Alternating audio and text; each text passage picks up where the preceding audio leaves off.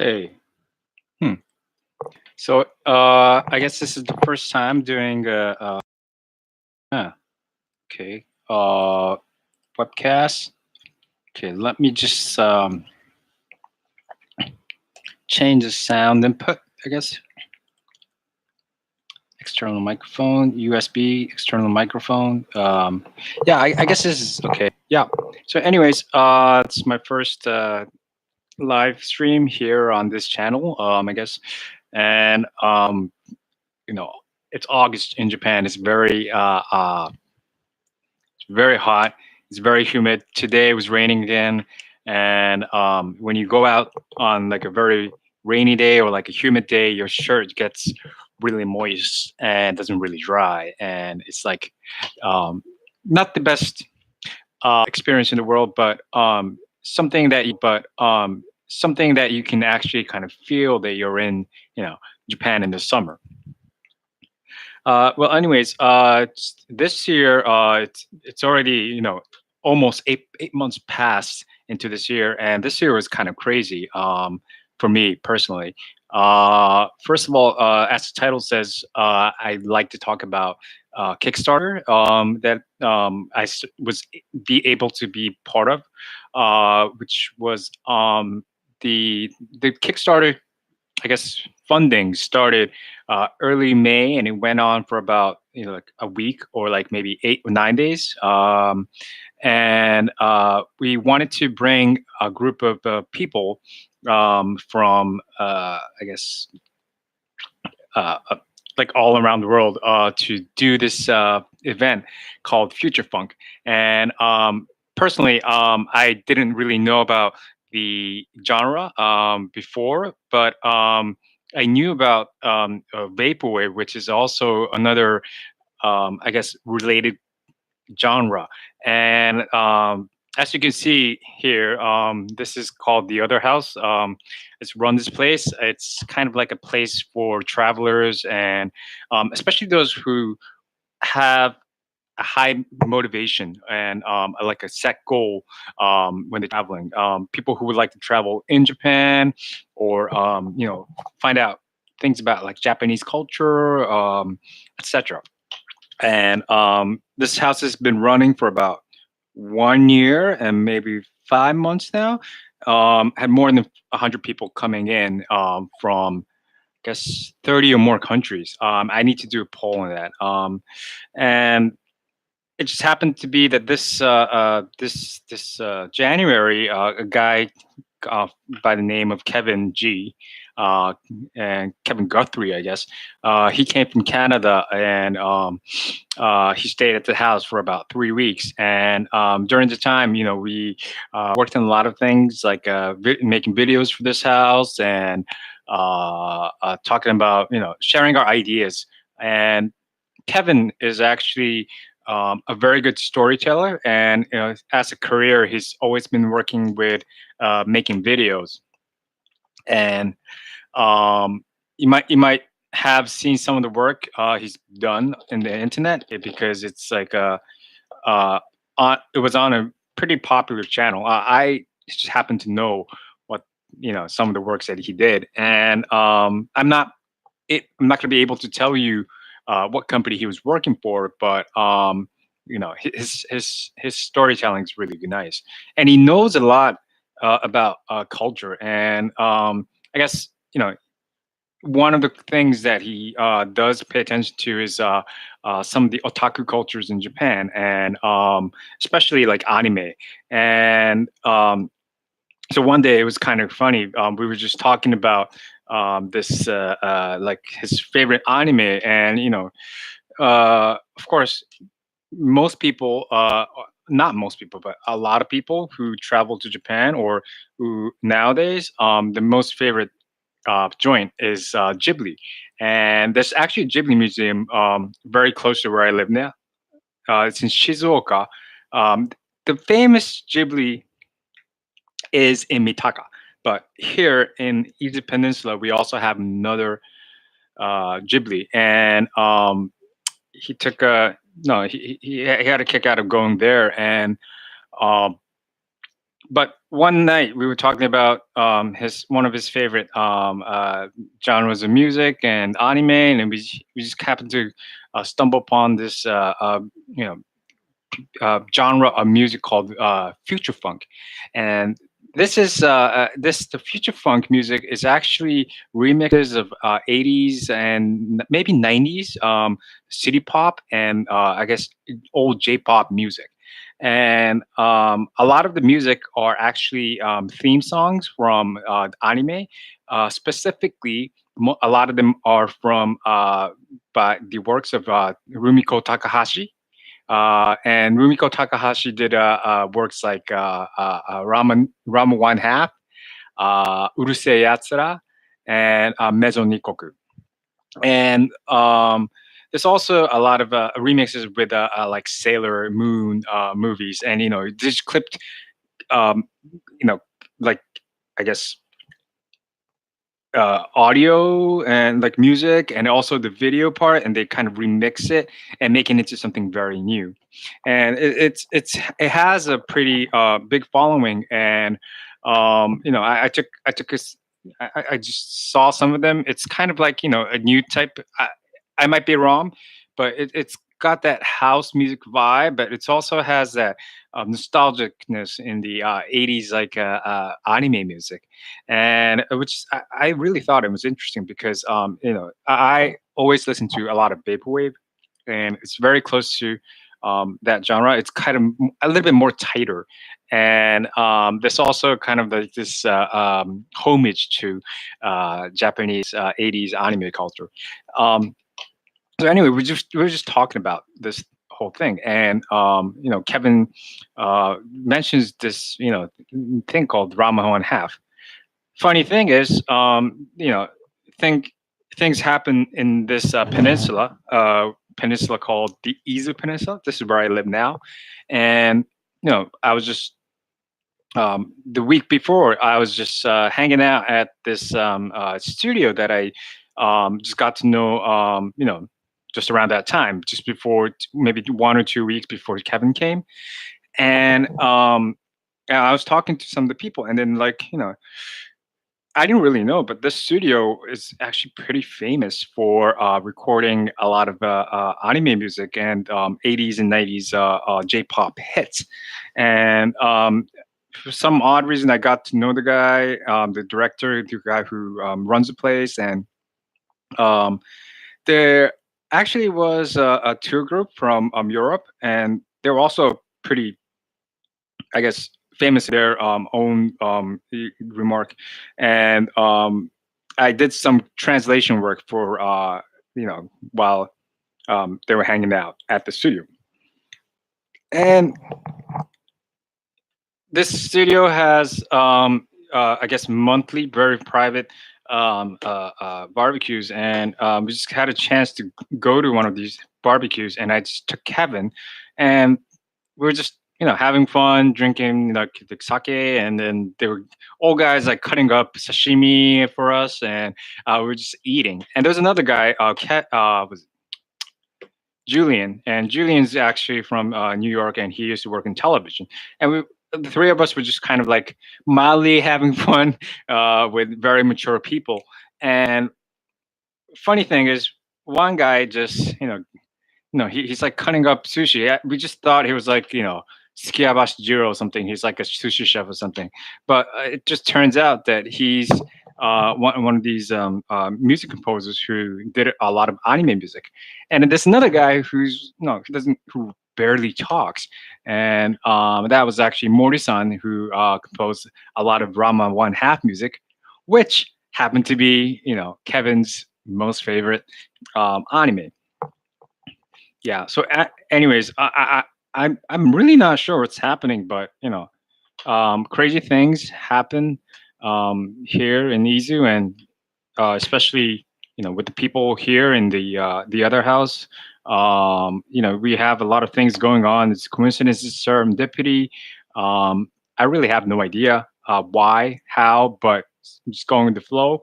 And sorry about the hand movements. But anyways, that's it.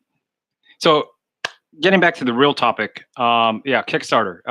So we just decided to, we were watching a lot of the videos, and a lot of the videos were really good and songs, and we're like, these guys are pretty good. Okay, then Kevin, he goes, I'll just try to contact all of them, and then, actually, Mori-san, like, could you bring some of your friends? And I don't know how it happened, but just within, like, 2 3 days, we were like contacting everybody, and we were like, contacting the original music composers who composed a lot of the anime music, and we were contacting these, guys who did the future funk music, like now, and surprisingly, everyone said yes, and we just kind of rolled with it, and Kevin started making like this promotion video, and made a Kickstarter site, and we started contacting everybody, and then boom, within just like 2 months, we just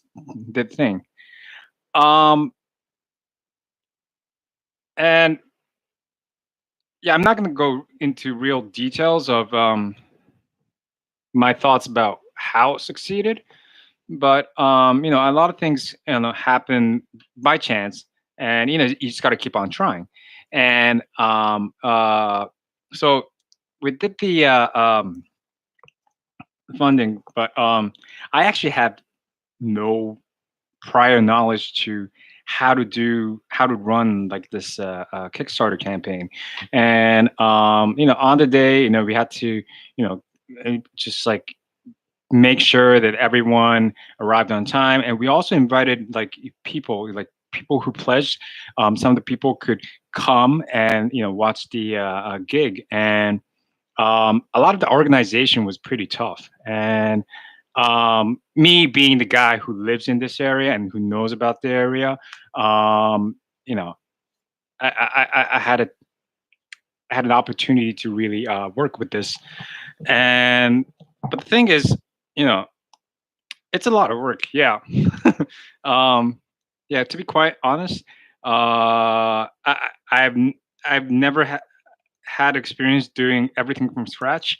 In my previous jobs, I used to wear like a tie and a suit, and organize kind of like a small like meetings and events and stuff. But we always had people who would do small things like people would specialize in different parts, but it was actually tough in a way that I finally got to know what it was like to do every single one of these, preparations. Um, the last time I did it was probably my first year in my job, in my previous job, which is like 13 years ago, and I had to do it all over again, and you know, it it's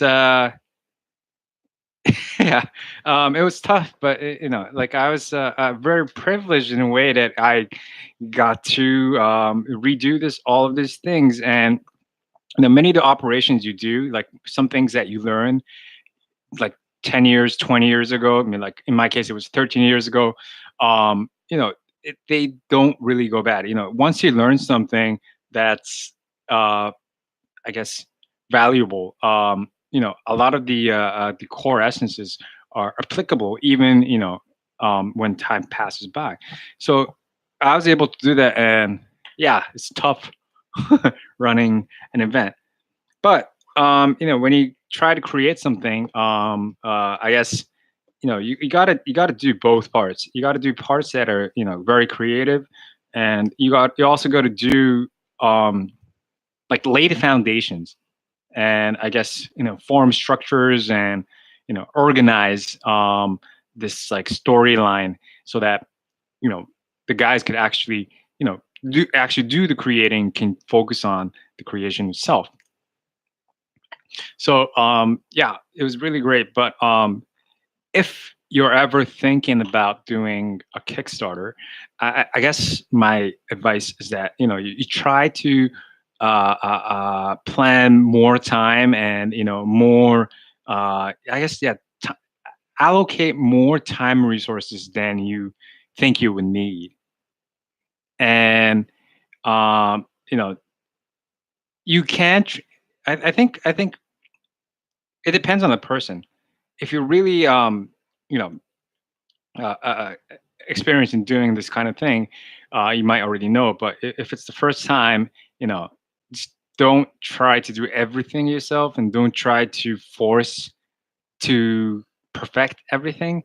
But at the same time, you got to, control the big picture, and big goal lines and milestones, and hopefully everything will fall into place.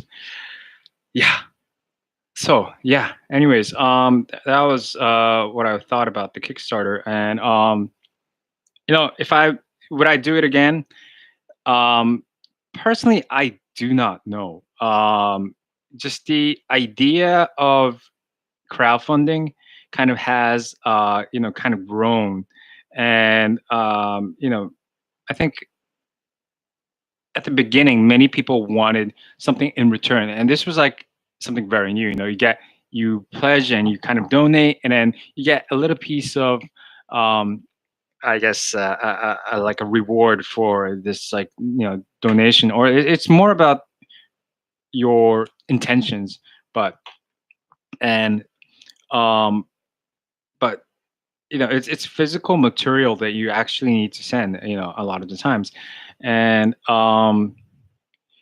yeah, I'm having questions about this part of sending out physical rewards. It's definitely nice, and something like a postcard or like a message card, would be really nice. But yeah, I would really think about how to do this. In this stage, we're all going like minimalist. um, yeah, I'm a minimalist. I got all these things. But um, you know, rather than just giving out something, it may be better if there's a better way to kind of express uh, gratitude and appreciation for like a completed project. And that's the only issue kind of I'm having at this point. If I were to do it again, yeah. But just the fact that just seeing at firsthand these original composers and new artists like getting together and collaborating, and then also um, the fact that I got to see all the fans, be part of the completion of the project, and that was just something else. It was just phenomenal.